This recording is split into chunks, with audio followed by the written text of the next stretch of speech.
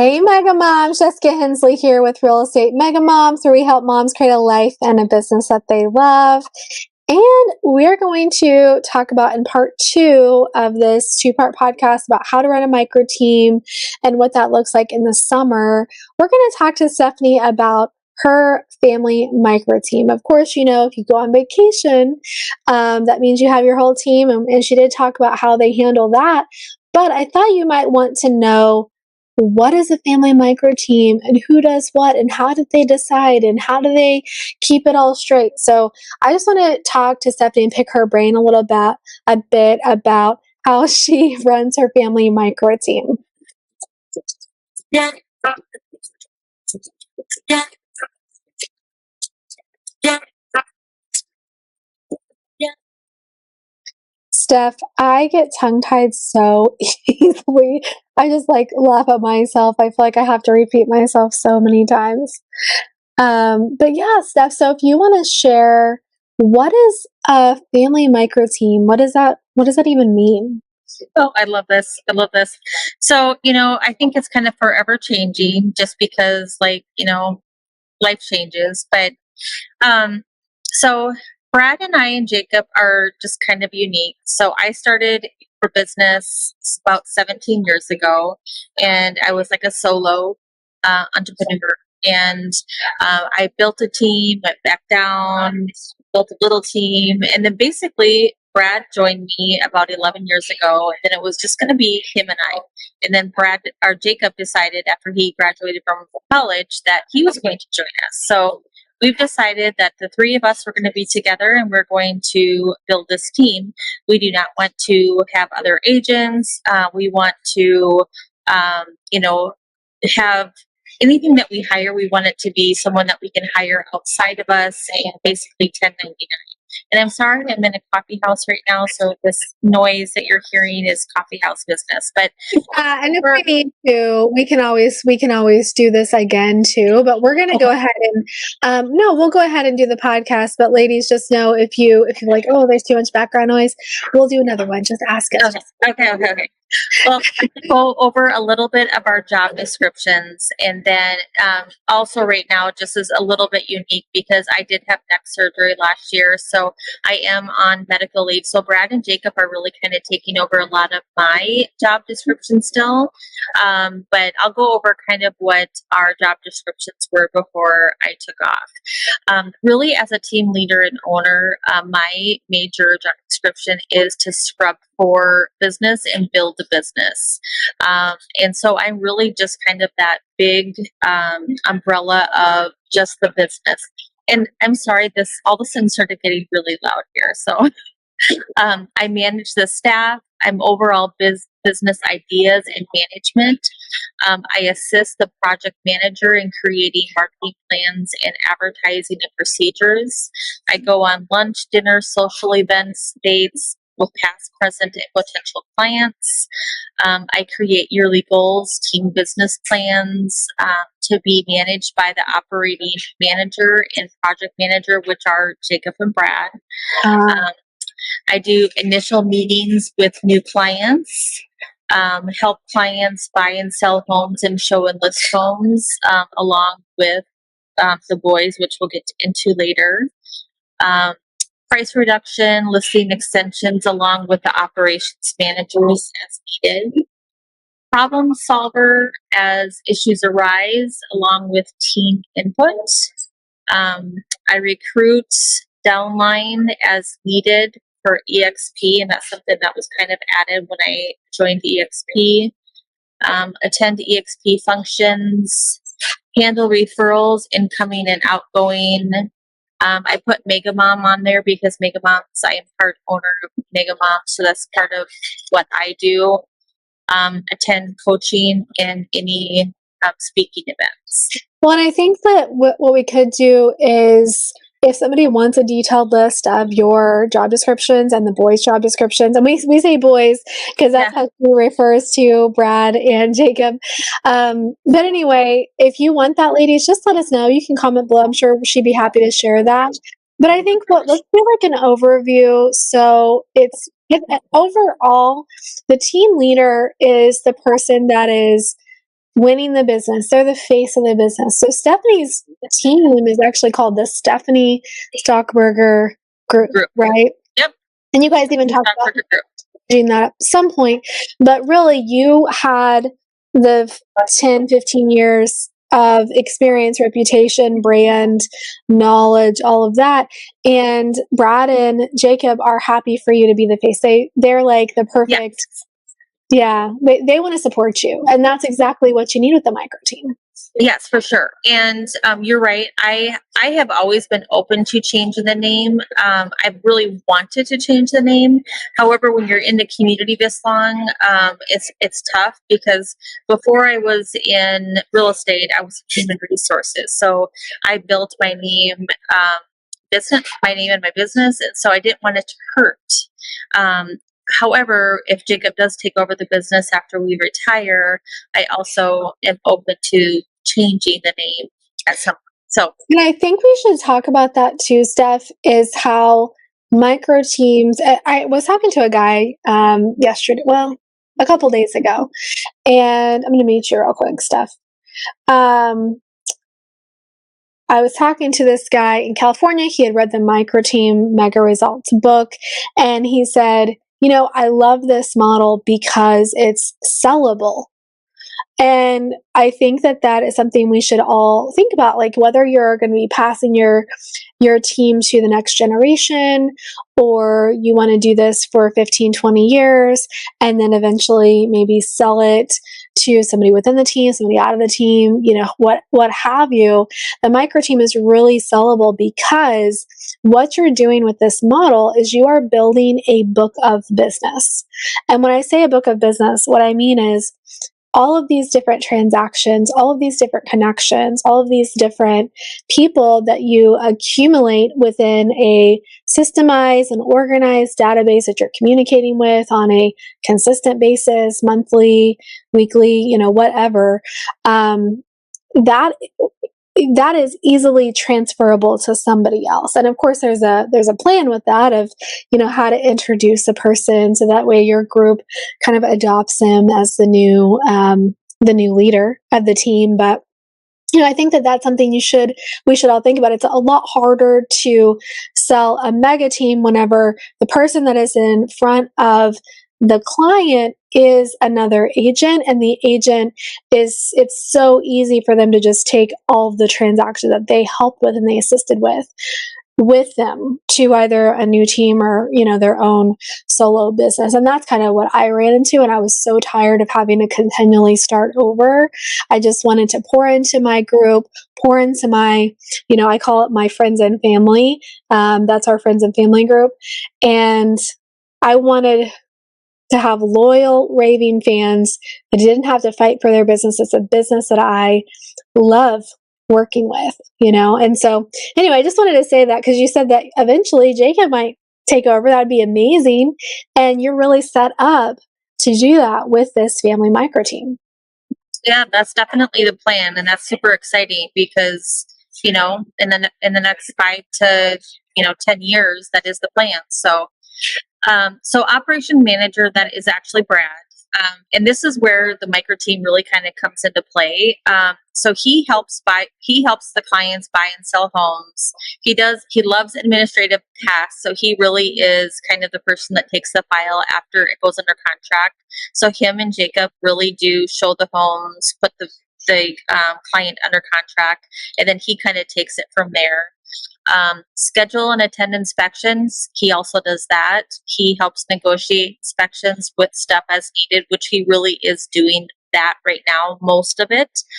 He does the walkthrough. He does initial listing appointments with stuff as needed.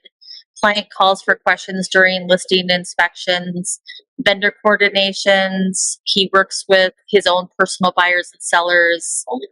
Anything miscellaneous from stuff, which he does that along with Jacob as well. Accounting, he does really all of anything to do with money. He does that. He prepares CMAs. He does agent office communication with missing signatures. He writes and reviews offers made for the entire team for accuracy. He works with clients as needed to request on price reductions, marketing changes. He also does his own lunch, dinners, social time with past clients and future clients. And then he helps manage team yearly goals with team business plan with project managers. So let me ask you this. How did you arrive at who does what on the team? So we had a meeting with a person that helped us figure out our personality, kind of what our personalities were, and then we put all of everything that we needed to do, all of our tasks that we needed to do, kind of like in a group, and then we assigned like what our personalities and the tasks kind of lined up. Basically we kind of matched everything up. And we had decided that I was best with kind of the big picture thing. He was best with task oriented things, and that Jacob was best with also just task oriented things, but as needed. So he was kind of best as supplement, but Jacob also has goals to do kind of what I want to do. So Jacob wants to learn big ideas. Brad does not. Brad has no goals to ever learn really big ideas. Jacob does, but Jacob also wants to keep busy with tasks as he learns. And so I really think this could work in either way, right? You could have the team leader, the team, I don't know what the right word is, the person that's the face of the business. It could be the husband too, and the wife could do all the administration. So we're not saying like there's any certain like gender role. Absolutely. Yeah, very much personality driven, right? And skill set. Absolutely. And probably what you both think is best. Yeah. Yep. So we had it's some kind of personality assessment done. I think it's not a disc. I can't remember what the name is. I can find out what it was. But we worked with someone specific that she ran the personality assessment, and then we put down all the tasks that we do on a daily basis, weekly basis, monthly basis, and then she assigned those tasks based on our personality and what we enjoy doing. I mean, it was kind of like a process. It was a fun process, but we did that specifically because we are a family, and I wanted to make sure that we enjoy what we do, and then also so we could see what each individual what our strength. It was a strengths assessment, so we could see what each other's strengths were, and then also so we could know each other's weaknesses were, so we could all talk about it. And it was really a neat process. And before we wrap up, I want you to explain what's your weekly rhythm? Like, do you have a team meeting? How do you stay in touch? How does everyone know what each other's doing? And then also, how do you ever turn off? How do you ever leave work at work? Yes. So we do have a team meeting. And if we didn't have a team meeting, we would be in really big trouble. Because just because we live together or because we're a family doesn't mean that we know what each other's doing. Brad and I office in the same house, and we work on totally different things, and we would not know what each other is doing. So typically when someone calls us in the community, another realtor, they assume that we know that we're working literally together, and we are not. So we do have to have a team meeting. We do that weekly, and we just go through our files. I have whiteboards in my office, and I also have follow-up boss. So we go through all of our hot and our 0 to 3 months. And so we all know like what we should be working on. And then we also go through our whiteboards so we can see like what's under contract. Is there anything that we should be doing? And is there anyone that we should be congratulating, like someone had a baby, or is there any like touches that we should be making? And then also like with Jacob, I go through like as his mentor, I go through a 411 with him, just like I do with my coach. So I can give him a guideline of the things that he should be working on to try to keep him going. And that is easy to fall behind on because we do get so busy. So that's one thing that I'd like to say that we do every week, but we have not been because life has just been getting in the way. He goes on a vacation or I have an appointment, but we used to do that every Thursday after my 411 appointment, but those are really good to do, especially if you have a small team. Even if you have 2 people, you should have a 411 with each other, and that way you're holding each other accountable to do the tasks. So a 411 is it's a goal-driven way to hold each other accountable on your tasks for what will get you to take the next step on something weekly. So whatever your goals are for the month, you break it down into weekly goals and what will get the needle moving for you that next week, and how can that person hold you accountable to make that needle move for you for the next week. So let's say you and I are going to hold each other accountable and do 411s together. Then I ask you, what have you done this week? Or what did you put on your 411 last week? And I'm holding you accountable to that. And every week I'm holding you accountable. Did you do this week? Or did you do what you said you were going to do last week? And then every single week we're holding each other accountable to what we put on that. So you have a monthly goal, but every week you're putting like 4 or 5 tasks on that to help you get to your monthly goal. So someone else is helping you hold you accountable to those tasks. So ideally, if you're on a team together or whoever, even if you're a solo agent, maybe someone else could hold you accountable to that. Maybe you could ask a pal or someone at the office to help you hold you accountable to those actions. Okay. I just wanted to make sure people knew what that was. Sorry. Yep. No, it's good. Yep. Yeah. Yep. And I love that. Yeah. So sorry, were you going to say something else? No, those are the things. So I would say the weekly meeting, and so like with Jacob, he's obviously doesn't live in our house. He comes over. So sometimes, I would say daily. His wife works the overnight shift in the hospital. And so his schedule is a little bit different. Every once in a while, he'll work from home, but sometimes he comes in daily. So, it's based on his schedule as well if he comes in. I thought of something, Steph. So one thing that I love about your family is you definitely do a lot together as a family. You're very close knit, but you also make a point, and maybe it's not intentional, maybe it is, I don't know. But I feel like you all do separate, like you intentionally get away individually. You know what I mean? To recoup and regenerate or whatever. And with you, Steph, a lot of times that is going to real estate conferences, which is part of your job description because you're, like me, doing market research and trying to bring the latest strategy and idea back to your team. And I mean, obviously, I'm sure Jacob's going on vacation, like you said, with his wife, and they're going to be doing that alone. And so for me, when we go on vacation, or we have a couple of my team members that are having babies this summer, and so they're going to be on maternity leave, and the team is able to step in and take care of. So even if you're a family team, it doesn't mean that every time you go on a trip that you have to find somebody else outside the team. You still have that coverage. So for sure. I mean, I love our family team. I wouldn't have it any other way. I think about what a blessing it is that we've done this and that we continue to do this. I mean, life is, the life here on earth is so short, and this is such a blessing. Money, it comes and goes, and we might not be the highest producing team in the entire world, but the fact that we get to do this together, it's absolutely amazing.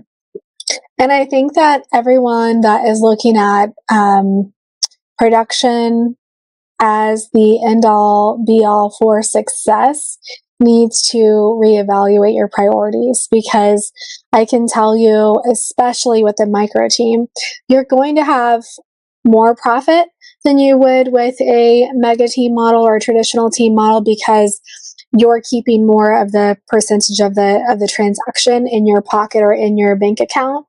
But you should have more time freedom. You have a lot more control over your business, and your production numbers may be lower than the other team or the other mega team, but you are going to have more net profit.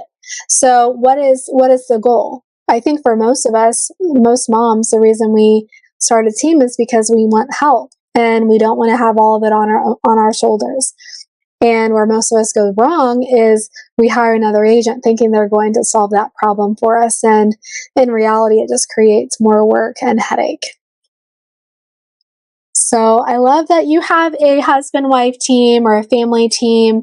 I think that also a lot of the successful agents I know, like locally even, that it's the husband and wife are working it together. And I always would think, man, I wish I had that. I love my husband, but he has zero desire to be in real estate, none. And I also think for us, it's better for us to work separately and have our own separate instances. So if you have a husband like I do that doesn't want to be in real estate, you can still have that same level of support with the micro team. So either way, this model works so well. Do you have any last words to share, Steph? I don't think so. It's it's a blessing, and if anyone has any questions on it at all, I'd be more than happy to answer or brainstorm with anyone.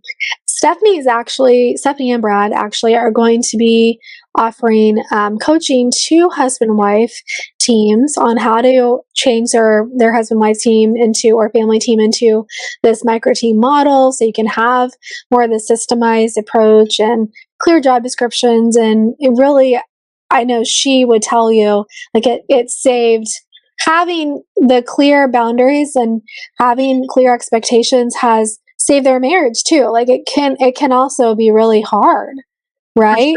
For sure. Yeah. I would say that's a big part of it too, is, at the end of the day, I know that Brad and I, at the end of the day, when we close our computers and he'll sit down on the couch and he'll turn on the news, that means that's done. Yeah. unless we're negotiating an offer. But even at that point, I kind of feel like one of us is typically him, that is negotiating the offer. And it's not like the two of us are negotiating it together. We're not carrying it into sleeping at night. And you do have to be really careful with that, because I can see it be never ending for sure. And then your kids get involved, which honestly, some of it is kind of fun. We've got our 13-year-old at home, and he's been in the real estate business since he's been 0. So I think that he could probably sell more real estate than some of the agents out there.